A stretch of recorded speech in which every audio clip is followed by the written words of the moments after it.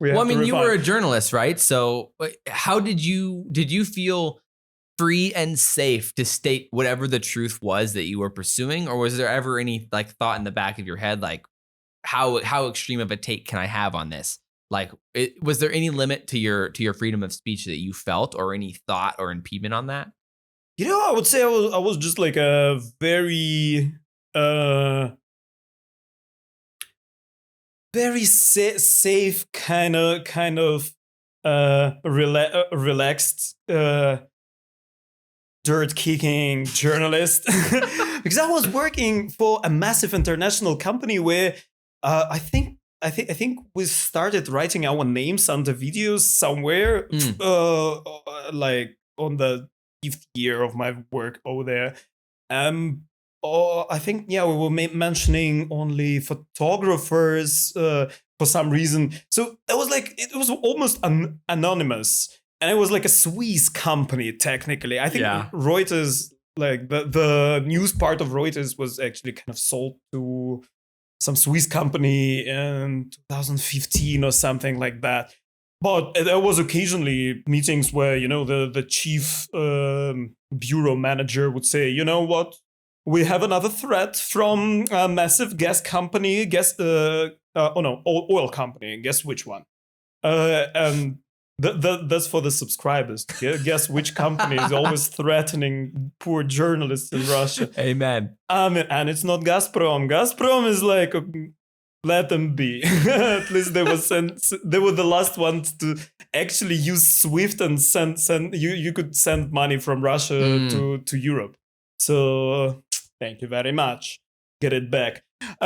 But they were like, the chief of the bureau would say, we have this kind of threat again, but we will not change our perspective or anything. Like, we're clean journalism, and that's why I respect Reuters for. That's why when some shit hits the fan, I go on Reuters website. If it's there, it's like, oh, okay, it's actually true. Yeah. So I guess from that perspective, like you didn't at least feel the pressure to like change stories or edit stories or take it too softly on Russian news, or how did you feel about that? Yeah, I mean, when you're working for this kind of international company, it's different. Does it differ for independent journalism inside of Russia itself, like Russian outlets? I think it's super different from how could we call it? It's like idealist journalism. It's like what my ex that was detained on my video. Yeah, that's what she's doing now. Of course, she's out of Russia and everything. So I wrote to her at some point like, so how are you doing over there? like what are your artistic endeavors nowadays? And she said, my main endeavor is not to get in prison. I'm like, okay, and how are you coping with that? I'm like, and she was like, I'm in Saudi Arabia. I'm like, good, that works. Now she is not there. Yeah, so, which is also cool. When you're working for a massive journalist company like that is basically supplying materials for both sides of the conflicts all the time, it's more about becoming a transparent glass. It's a different sort of censorship that you put on yourself. And right. It's kind of like how to be a maximally unbiased journalist. Yeah. I took it as a philosophic task. I think that kept me there for 7 years. It's actually interesting. How can you speak about the events without inputting any bit of your bias over there? Yeah.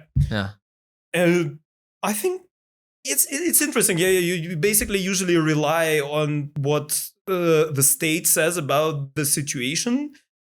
And you very rarely believe stuff that you cannot prove, but it creates a massive bias that the reports from the official defense ministries, say, of Russia and Ukraine, they're posted every day. But stuff that, could be some hoax or something like that just doesn't go through over there. Yeah. And is it not a bias towards the distant, like this bureaucratic attitude to war?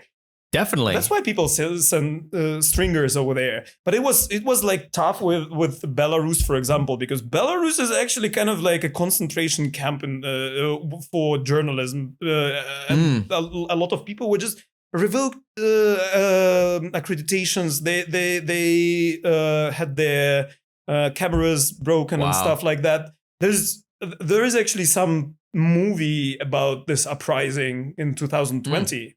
They tried to make a revolution and they failed because they tried to make it with flowers.